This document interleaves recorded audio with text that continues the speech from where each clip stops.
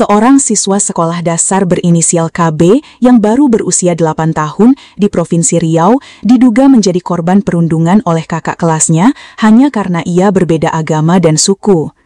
Seorang siswa kelas 2 SDN tewas diduga akibat dipukuli oleh 5 orang kakak kelasnya. Menurut Gimson, ayah korban, bahwa bullying tersebut terjadi karena perbedaan agama. Gimson menceritakan,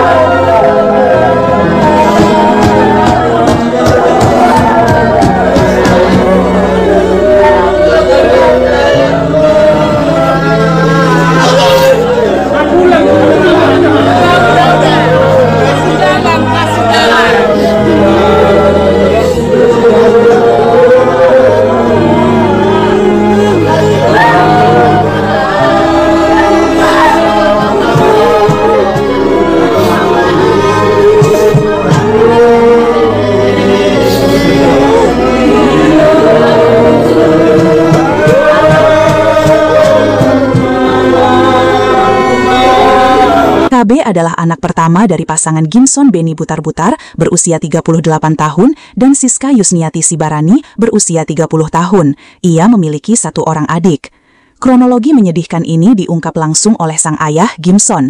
Ia mengatakan bahwa tindakan perundungan bermula dari perbedaan agama dan suku yang dimiliki KB. Seminggu yang lalu, dia sudah sering dibully, kata Gimson. Dibilang karena suku ini, agama itu. Waktu itu dia memang belum sakit, tapi itu sudah terjadi dan dianggap biasa, namanya anak-anak sekolah. Kemudian, pada hari Senin, tanggal 19 Mei 2025, KB tiba-tiba pulang lebih cepat dari sekolah. Ia pulang menggunakan sepedanya. Namun malang, ban sepeda KB ternyata sudah dikempeskan oleh kakak kelasnya, dan keesokan harinya, ia kembali pulang lebih awal. Sang ayah mulai curiga, bocah 8 tahun itu berbohong. Ia mengaku pulang cepat karena ada acara di sekolah. Tapi ketika Gimson menanyakan ke sang istri, barulah diketahui bahwa KB pulang karena sakit dan sudah meminta izin ke pihak sekolah. Malam harinya, kondisi KB makin menurun, kenang Gimson. Ia mulai mengeluh sakit pinggang, bolak-balik ke kamar mandi, dan demam tinggi. Ketika Gimson memeriksa kondisi anaknya, ia melihat perut bagian bawah KB membengkak. Lalu pada hari Rabu malam, tanggal 21 Mei, Gimson mendatangi rumah teman KB bernama Rio. Dari sanalah kebenaran mulai terungkap. Rio bilang ke saya, "Om, itu kemarin KB dipukul 5 orang kakak kelasnya," ujar Gimson. Gimson pun segera menghubungi wali kelas KB. Sang wali kelas menjanjikan akan mengumpulkan para orang tua siswa yang memukul KB keesokan harinya, hari Kamis. Tapi janji itu tidak ditepati.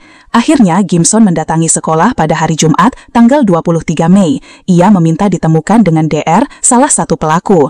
Namun DR tidak mengakui bahwa ia memukul perut KB. Ia hanya mengaku menumbuk dari belakang.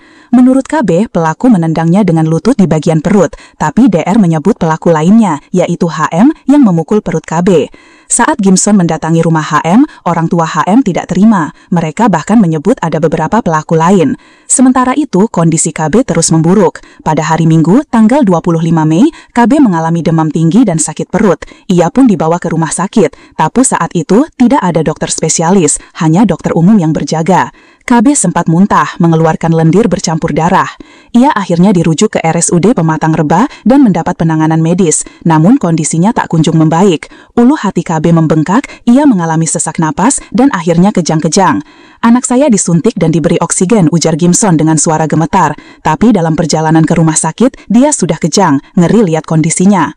Senin dini hari, tanggal 26 Mei, pukul 2:10, KB dinyatakan meninggal dunia. Tangis pecah di tengah keluarga. Gimson melapor ke Polsek Seberida. Polisi pun melakukan penyelidikan dan autopsi jenazah korban. Di samping peti jenazah, Gimson menangis histeris. Ia mengetuk-ngetuk peti anaknya sambil berteriak, "Ini tidak adil, ini tidak adil." Pelayat yang hadir pun ikut menangis. Beberapa bahkan tak kuasa menahan air mata. Usai pemakaman, Gimson masih tak mau beranjak dari pusara anaknya. Ia terus menggenggam gundukan tanah seolah tak ingin meninggalkannya sendiri. Kapolres Inhu AKBP Fahrian Saleh Siregar menyatakan bahwa penyelidikan masih berlangsung. Pihak kepolisian menunggu hasil autopsi untuk mengetahui penyebab pasti kematian KB.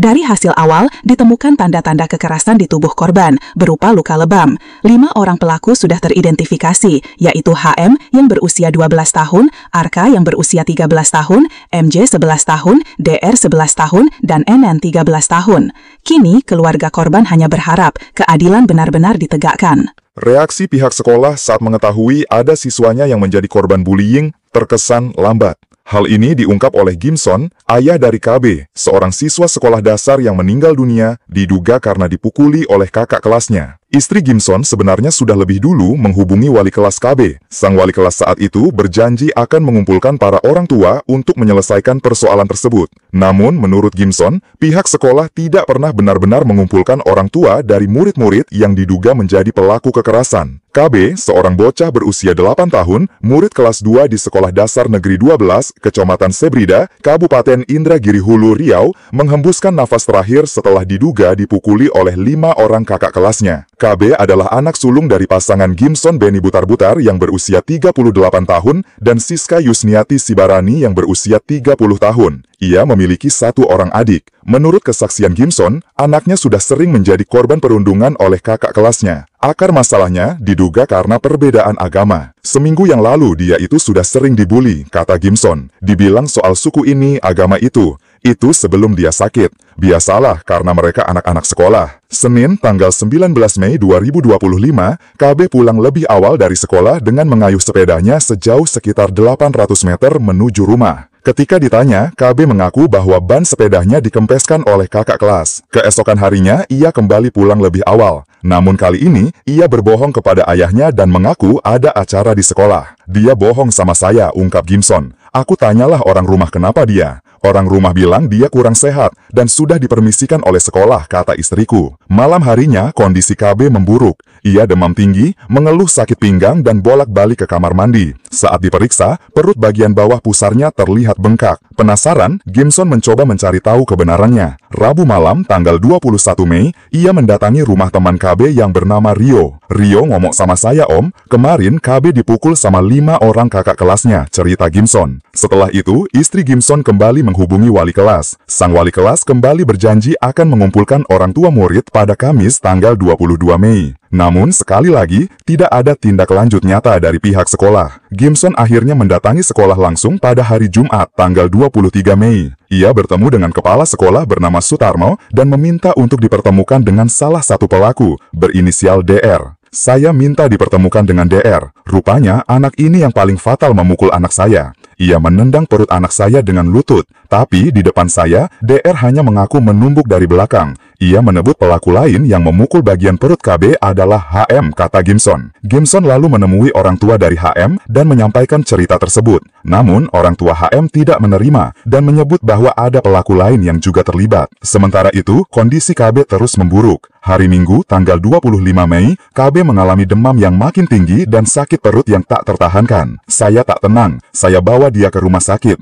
Tapi dokter spesialis sedang libur, yang ada hanya dokter umum. Kemudian anak saya muntah, mengeluarkan lendir bercampur darah. KB kemudian dirujuk ke Rumah Sakit Umum Daerah Pematang Reba. Di sana, ia sempat mendapatkan perawatan medis. Anak saya disuntik dan diberi oksigen. Di bagian ulu hati sudah bengkak. Ia sesak nafas. Dalam perjalanan ke rumah sakit, dia kejang-kejang. Kondisinya mengerikan, lanjut Gimson. Pukul 2:10 dini hari, Senin tanggal 26 Mei, KB dinyatakan meninggal dunia. Gimson dan keluarga tidak terima. Mereka langsung melaporkan kasus ini ke Polsek Sebrida. Penyelidikan pun dilakukan. Polisi juga melakukan otopsi untuk memastikan penyebab pasti kematian KB. Kapolres Indragiri Hulu, Ajun Komisaris Besar Polisi Fahrian Saleh Siregar, menyatakan bahwa pihaknya masih menunggu hasil otopsi untuk memastikan penyebab pasti kematian korban. Kami masih menunggu hasil otopsi agar tahu pasti apa penyebab korban meninggal dunia, ujar Fahrian. Di tubuh korban ditemukan beberapa tanda kekerasan, termasuk luka lebam. 5 orang kakak kelas yang diduga sebagai pelaku kini telah diidentifikasi. Mereka adalah HM berusia 12 tahun, RK 13 tahun, MJ 11 tahun, DR 11 tahun, dan NN 13 tahun. Tapi itu aku dikandani, aku orang Kristen, terus itu aku dibully. Dibully? Dibully yang bilang apa temanmu? Masa aku orang Kristen, terus Kamu dikatain dia? Kristen. Pertama kamu tanyain agama apa gitu? Terus kamu jawab? Kristen. Terus mereka bilang apa? Menjauh dari Kristen ayo. Menjauh gitu? Terus dia bilang yang satunya itu saya ada Kristen. Gak mau main sama kamu? Gak apa-apa. Kamu punya teman yang beda agama nggak? Punya. Punya. Kamu pernah nggak sih ngejek temanmu yang beda agama? Pernah. Gimana itu ngejeknya? Tuhan kok kata-katain Tuhannya kok beda.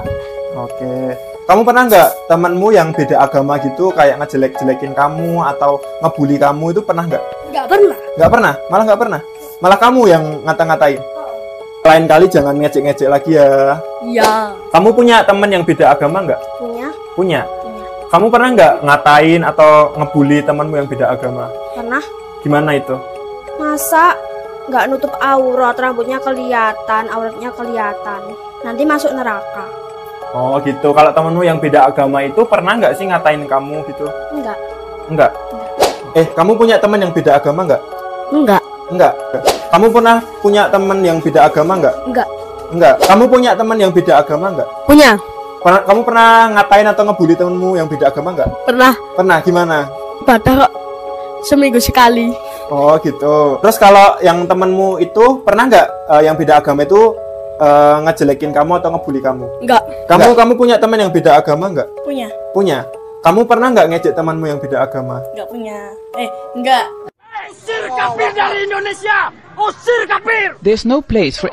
Sering diejek, Tuhanmu tuh cuman patung gitu kan. Masa kita aja disembah gitu, dipukul, terus kayak ditendang gitu. Terus ya dulu kan namanya kan Selin ya, sering diejek kayak nama babi gitu lah. Ya celeng-celeng gitu. Tuhan kenapa ya kok saya itu sering dibully gitu.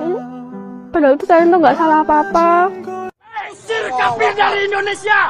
Usir kafir! There's no place. Ini berlangsung di sebuah sekolah dasar negeri, SDN Negeri 2, Jomin di Cikampek, Jawa Barat.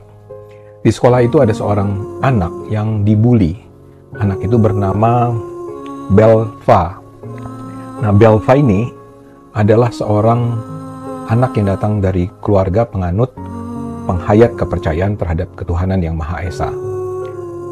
Belva ini masih kelas 2 SD, dan karena keyakinannya itu, karena kepercayaannya itu, dia dibully di sekolahnya. Yang membuli dia itu dari murid, dari juga guru, dan bahkan kepala sekolah. Dia itu dipaksa oleh kepala sekolahnya untuk mengenakan jilbab, dan dia sudah mengenakan jilbab, tapi tetap juga dibully karena kepercayaannya. Dia dicap kafir, diledek, dicaci maki, bahkan dipukul. Nah, suatu kali, dia dipukul sampai pulang dengan keadaan berdarah, dari hidungnya keluar darah. Orang tuanya tentu saja tidak terima, orang tuanya datang ke sekolah, memprotes, dan guru dan kepala sekolah sekedar bilang bahwa itu biasa, kelakuan anak-anak. Si orang tua akhirnya datang ke dinas pendidikan, didatangilah sekolah itu oleh anggota dari dinas pendidikan, dan ternyata tidak ada perubahan. Anak itu masih terus dibully, sampai akhirnya orang tuanya terpaksa mengeluarkan anak itu dan pindah ke sekolah lain. Saya tidak bisa membayangkan betapa jahatnya apa yang dilakukan oleh para guru dan kepala sekolah dan teman-temannya terhadap Belva.